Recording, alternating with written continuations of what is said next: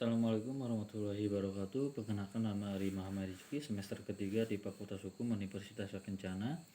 Di sini saya akan sedikit mengulas tentang hukum pidana lanjutan di pertemuan yang kedua. Masih tentang percobaan ataupun fogging. Alasan MPT mencantumkan unsur ketiga dalam pasal 53 KUHP adalah 1.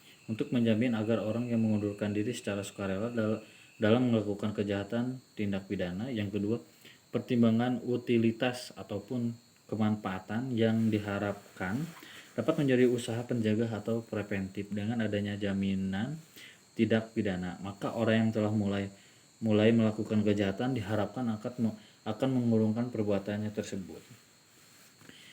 Atas dasar itulah MPT tersebut ada pendapat bahwa dapat dijadikan alasan penghapus pidana yang diformalkan, alasan pemaaf, alasan penghapus penuntutan, dan percobaan mampu dan tidak mampu.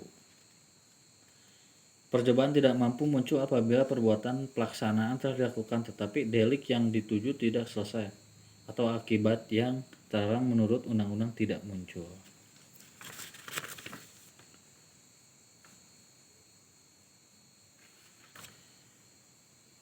Jadi menurut MPT tidak mungkin ada percobaan pada objeknya yang tidak mampu, yang ada adalah hanya percobaan yang tidak mampu pada alatnya. MPT membedakan antara percobaan yang tidak mampu karena alatnya dibedakan, tidak mampu mutlak ataupun absolut, yaitu bila dengan alat tersebut tidak mungkin akan muncul delik ataupun tindak pidana tersebut, misalnya meracun dengan air kelapa muda. Selanjutnya, tidak mampu relatif, yaitu apabila dengan alat tersebut tidak timbul delik selesai, tetapi keadaan tertentulah yang menyebabkan munculnya delik. Dalam hal ini mungkin ada delik percobaan. Pemidanaan terhadap percobaan terhadap kejahatan diatur dalam pasal 53 ayat 2 KUHP, yaitu maksimum pidana yang dijatuhkan dikurangi sepertiganya. Sedangkan menurut pasal 53 ayat KUHP untuk ancaman pidana mati atau seumur hidup, maka maksimum pidana untuk percobaan adalah 15 tahun. Adapun percobaan terhadap pelanggaran menurut pasal 54 tindak pidana. Selain itu ada juga pengecualian terhadap tindak pidana kejahatan yang diatur dalam buku 2 KUHP, tetapi tindak pidana yaitu apabila melanggar pasal 184, 302, 351 ayat 5 dan 352 ayat 2.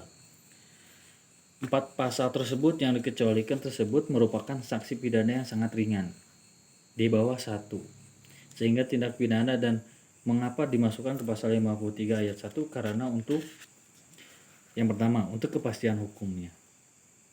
Yang kedua, untuk kepentingan pegangan aparat hukum dan masyarakat itu sendiri.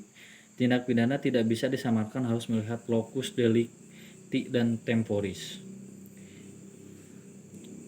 Percobaan di luar KUHP diatur di dalam KUHP seperti dalam Undang-Undang Nomor 7 DRT 1995 tentang tindak pidana ekonomi, Undang-Undang Nomor 35 Tahun 2009 tentang narkotika, Undang-Undang tindak pidana korupsi, dan lain-lainnya.